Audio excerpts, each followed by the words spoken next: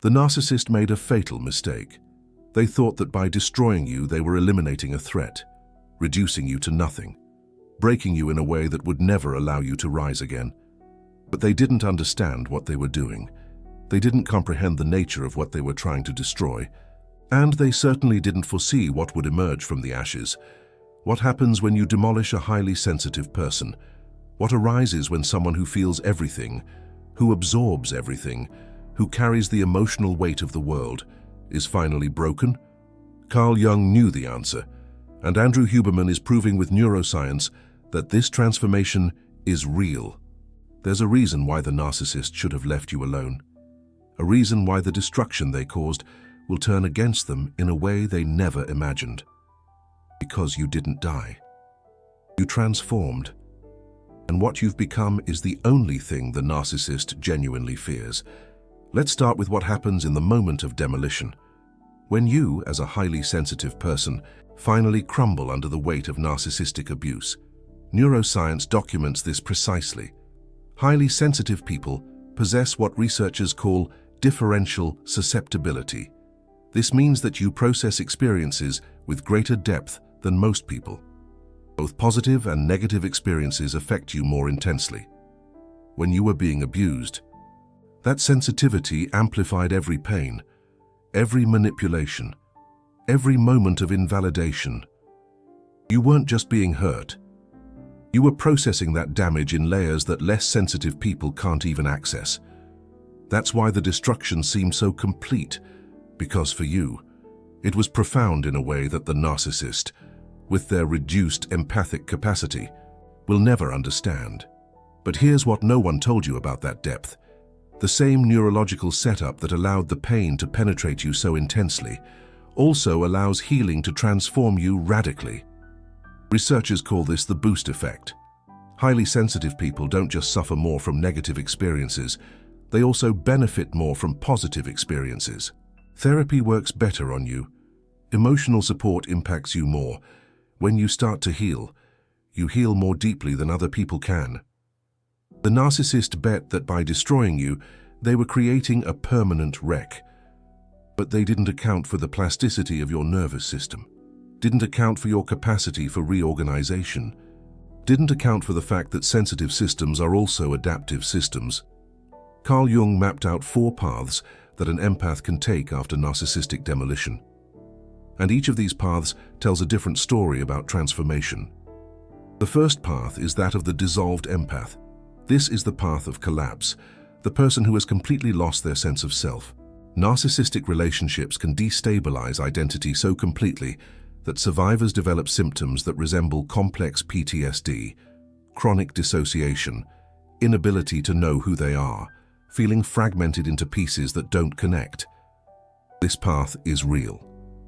Many people get stuck on it for years. It's what happens when destruction doesn't find resources for transformation. But it's not the only path. The second is the armored empath.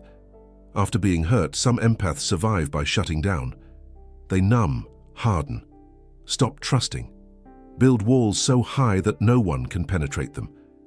This is a protection mechanism.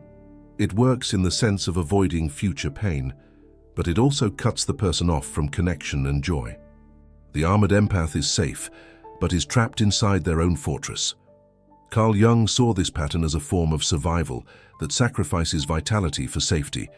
The person is alive, but isn't living. The third path is that of the wounded healer. This empath focuses on healing others, becomes a therapist, activist, caregiver, transforms their own pain into a mission to alleviate the pain of others. Carl Jung identified this archetype as one of the most common forms of post-trauma adaptation, but he also warned about its risks. The wounded healer can make healing others their identity while neglecting their own recovery. These 3 paths are real. You may know people on each of them. Maybe you yourself have gone through some, but there is a 4th path, and it's this one that the narcissist should pay attention to. The 4th path is that of the sovereign empath, what Carl Jung would call an individuated individual. It's the hard-won place of integration. The sovereign empath has processed the trauma, learned strong boundaries, reclaimed their agency. They still feel deeply, but are no longer controlled by the moods of others. They see through manipulation because they've already been through it and come out the other side. It's compassion married to strength, sensitivity allied with power, light that doesn't invite predators because it's anchored in self-knowledge. And here's why the narcissist should be afraid.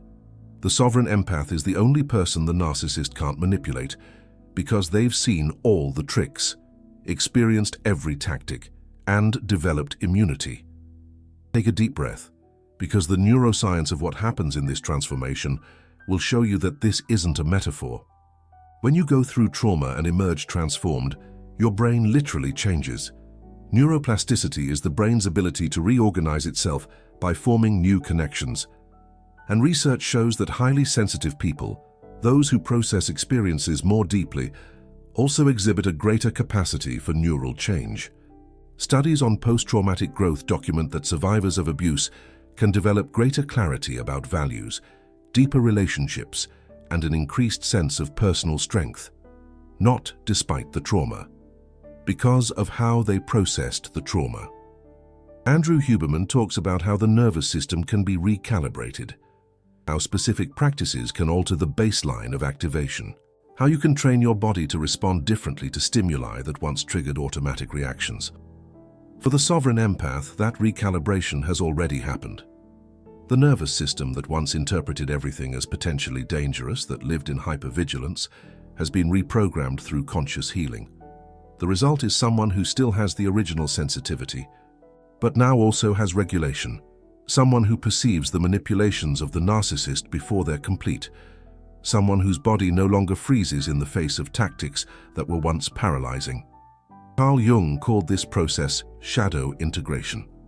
When you bring into consciousness the parts of yourself that were buried by trauma, when you reclaim the power you had to suppress to survive, when you become whole in a way that the trauma initially shattered, the narcissist destroyed you, thinking they were eliminating a threat.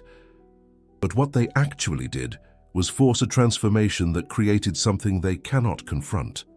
Think about what defines the narcissist: a mask of invulnerability over a profound emptiness, a constant need for external validation because internally there is nothing solid, an inability to genuinely self-reflect because looking inward only reveals the original wound.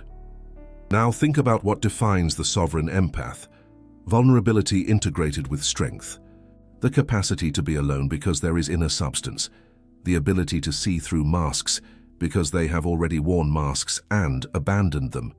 They are absolute opposites, and when they meet, the narcissist is at a fatal disadvantage because the sovereign empath doesn't need them, doesn't seek validation from them, cannot be manipulated by them, and, crucially, sees them with a clarity they cannot endure. The narcissist lives by being perceived in specific ways. They need to control how others see them. Their persona is their armor and their weapon. But the sovereign empath sees through the persona, sees the emptiness beneath, sees the wounded child who never grew up, sees the fragility that all that aggressiveness is trying to hide. And that vision is unbearable for the narcissist, because they built their entire existence to never be seen that way. Carl Jung wrote that we cannot change anything until we accept it. Condemnation does not liberate, it oppresses. The sovereign empath does not hate the narcissist, they simply see them. And then for someone who lives on projection and illusion, being seen is the greatest threat possible. There is a specific moment that marks the transition to sovereignty. Carl Jung documented this in his writings on individuation. It's the moment when you stop asking, "Why did they do this to me?" and start asking, "What did this awaken in me?" It's the moment when you reclaim the projections, when you realize that the power you sought in them has always been in you, when the need for them to change, for them to apologize, for them to acknowledge what they did, simply dissolves. Not because you forgive them in the conventional sense, but because they become irrelevant to your own journey. Researchers of post-traumatic transformation have observed that survivors who achieve genuine growth frequently report an unusual calm, a peace that seems incompatible with the violence of what they experienced. Carl Jung documented this as the moment when someone integrates their intellectual capabilities with their emotional intelligence. When fragmentation gives way to coherence, when you no longer need to expend energy, keeping parts of yourself separate. These transformed empaths don't attack. They don't explode in rage. They simply start to speak the truth, with a clarity that cuts through any manipulation, with a calm that cannot be destabilized. And that calm is the most terrifying thing for the narcissist, because they are accustomed to generating reactions, accustomed to provoking emotions they can use, accustomed to creating chaos they control. But you cannot create chaos in someone who has found their center. You cannot manipulate someone who doesn't need anything you offer. You cannot destroy someone who has already been destroyed and reborn. Andrew Huberman talks about how the prefrontal cortex, the region of the brain responsible for emotional regulation and decision-making, can be strengthened through specific practices. Meditation, body awareness, deliberate exercise of pausing before reacting. The sovereign empath has developed exactly that, not theoretically, in practice.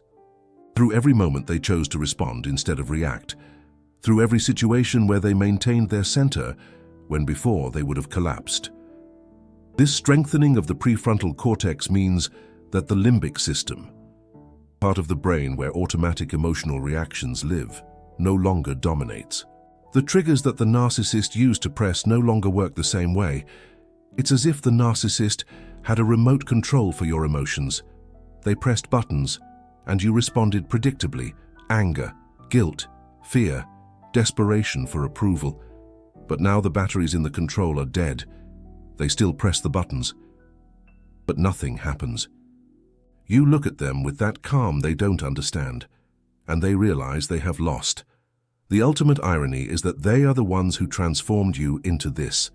Without the demolition they caused, you might have remained in the previous pattern, continued seeding, continued absorbing, continued believing that your role was to accommodate the needs of others at the expense of your own.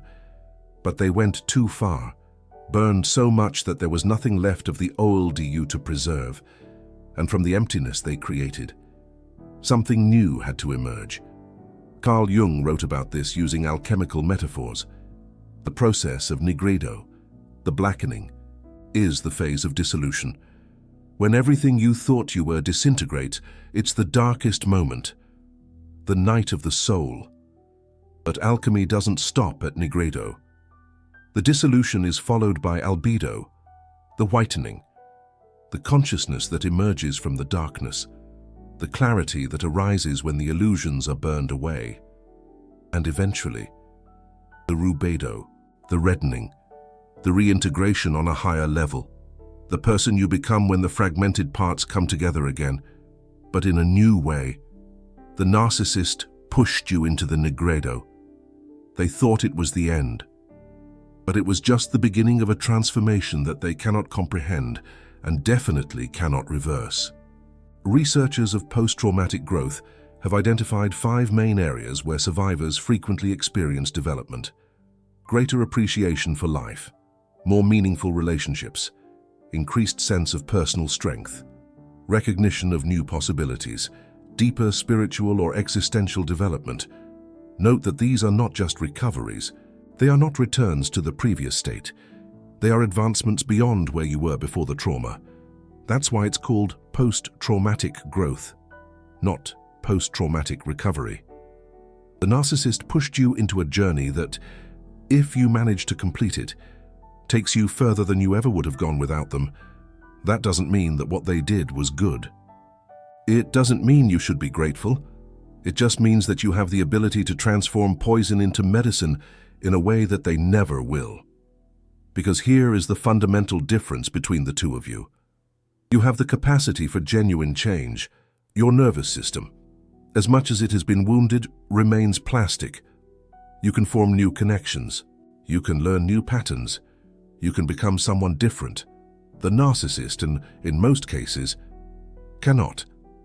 The structure of a narcissist's personality, it's notoriously resistant to change. Dr. Paul Conti explained on the Andrew Huberman podcast that narcissists are so defended against their own vulnerability. that they rarely achieve the self-reflection necessary for true transformation. They only change when facing extreme circumstances, and even then, it's not frequent. You've been through demolition, but you can be reborn. He is trapped, and he will probably remain trapped. The sovereignty you've achieved is inaccessible to him, because to reach it, he'd have to do exactly what he's spent his whole life avoiding, looking inward, recognizing the emptiness, feeling the original pain that the entire narcissistic construct was built to avoid. He can't go where you've gone, and therefore, he can't become what you've become. The process of becoming a sovereign empath doesn't happen automatically. It's not guaranteed by demolition. Many people get stuck in the other three paths for years, sometimes forever. What differentiates those who achieve sovereignty? First, awareness. The understanding that a path exists, that demolition doesn't have to be the end, that transformation is possible. You, watching this video, are already demonstrating that awareness. Second, resources, therapeutic support, a community of survivors, knowledge about what's happening in your nervous system. Highly sensitive people benefit more from support than others, so each resource you access impacts you more deeply. Third, consistent practices. Nervous system regulation doesn't happen by wishing. It happens through repetition. Every time you practice what Andrew Huberman calls the physiological sigh to calm yourself in moments of activation. Every time you notice a trigger and choose pause instead of reaction. Every time you journal, meditate, or simply allow an emotion to pass without being swallowed by it. Fourth, shadow integration. This means recognizing the parts of yourself that were buried by trauma and abuse. Your power, your legitimate anger, your ability to say no, your dignity. That doesn't depend on external validation. Carl Jung saw shadow integration as the central work of individuation. It's the process of bringing into conscious awareness everything that was relegated to the unconscious, of becoming whole instead of fragmented, of accepting all aspects of yourself, not just the socially acceptable ones. Narcissistic abuse frequently forces empaths to further suppress aspects of themselves. Anger was dangerous to express. Power provoked retaliation. Dignity was constantly attacked. In the healing process, these parts need to be unearthed and reintegrated, not in a destructive way, not by becoming what the narcissist was, but in a way that adds dimension to your person, strength to your compassion, limits to your empathy. The sovereign empath hasn't lost their sensitivity. It's intact, but now it's accompanied by something that was previously absent. The ability to use that sensitivity in service of themselves, not just others. The ability to feel deeply and still maintain your center. The strength to be vulnerable without being destroyed by vulnerability.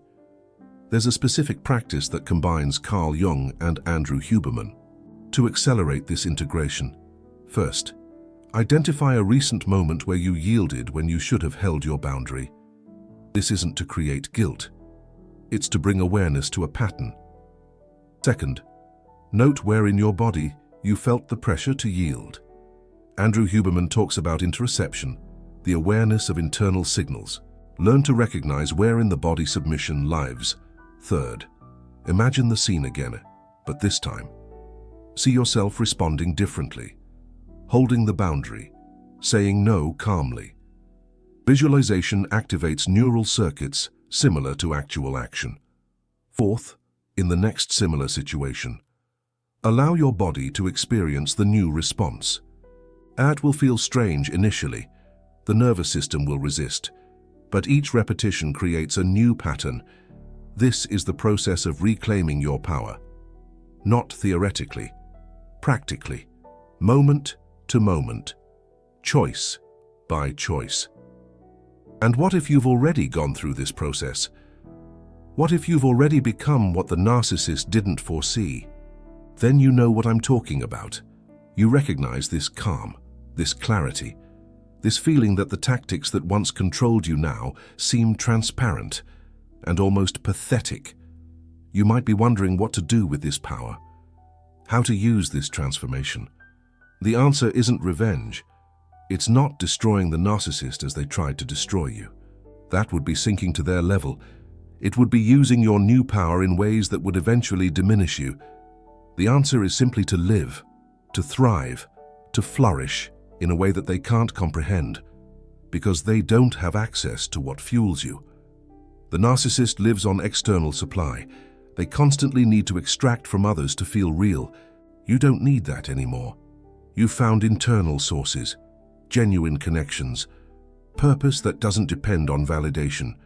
Your prosperity is the greatest response possible, not because you're trying to prove something to them, but because you simply aren't operating in the same system as them. And here's the question that can help you map where you are on this journey. Which of the 4 paths do you recognize in yourself? Dissolved, still fragmented, and without a sense of self. Armored, protected, but disconnected. Wounded healer, focused on others at the expense of yourself. Or sovereign, integrating strength with sensitivity. Maybe you're in transition between paths. Maybe you have elements of more than one, wherever you are. The simple act of recognizing it is the first step towards change. Tell us in the comments which path you identify with. Not as a competition about who's more advanced, but as a collective mapping of a journey that millions of people are taking, often in silence and isolation. If this content is revealing connections you've never seen, if it's giving you language for something you've lived but couldn't articulate, there's a way to support this work. You've just received a synthesis that doesn't exist in books. The connection between the 4 Jungian paths post-abuse and the neuroscience of post-traumatic growth. Researching this, connecting these sources, translating it into language that resonates, takes considerable time. When you click the golden heart of the super thanks, you're funding the next revelation. You're saying that this type of deep content deserves to exist. You're becoming part of a community that wants to understand, not just consume superficially. Each super thanks allows me to continue connecting Carl Jung and Andrew Huberman in ways that no one else is doing. Allow this knowledge to reach the people who need it for their own transformation. Think about how much it's worth to understand why you went through what you went through. How much is it worth to know that there's a path from demolition to sovereignty? How much is it worth to have a map for a journey you might be taking in the dark? If this is worth something to you, the super thanks is one way to express it, and I'll keep delivering regardless. But knowing there's active support makes a difference in the intensity with which I can dedicate myself to this work.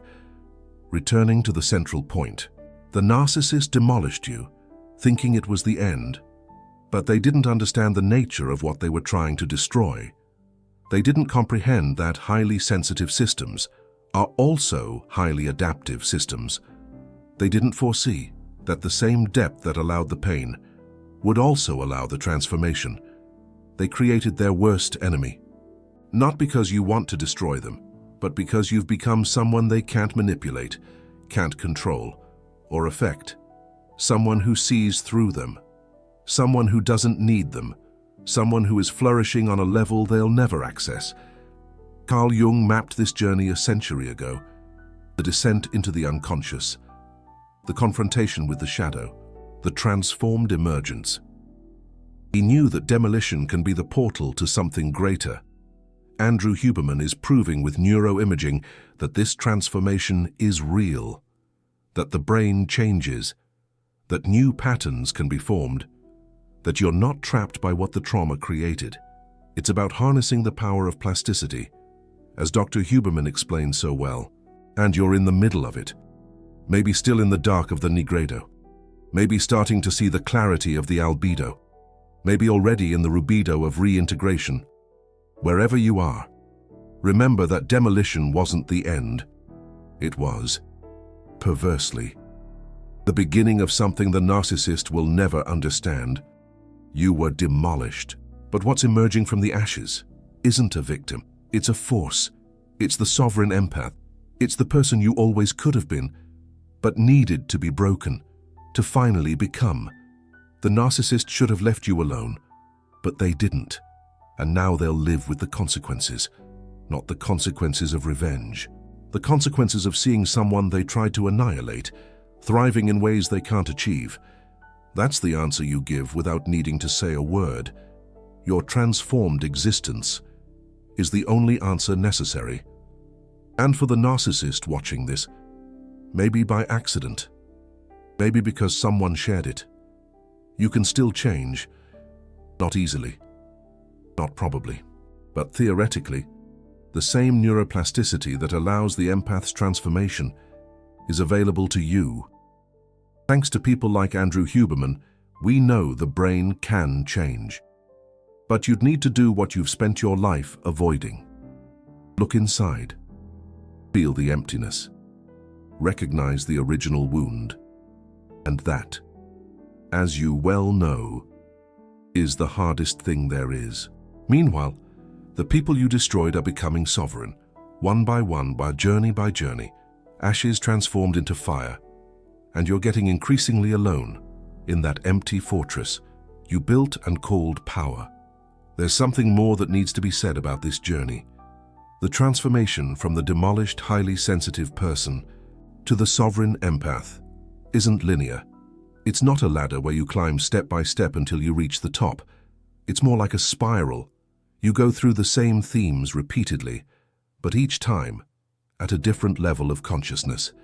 There will be days when you'll feel completely sovereign, centered, unshakable, and there will be days when a trigger will throw you back into old patterns, moments when you'll catch yourself sending, when you should maintain the boundary, situations where the old programming will try to reassume control. That doesn't mean you've failed. It means you're in process, and processes take time. Carl Jung wrote that individuation isn't a destination, it's a journey.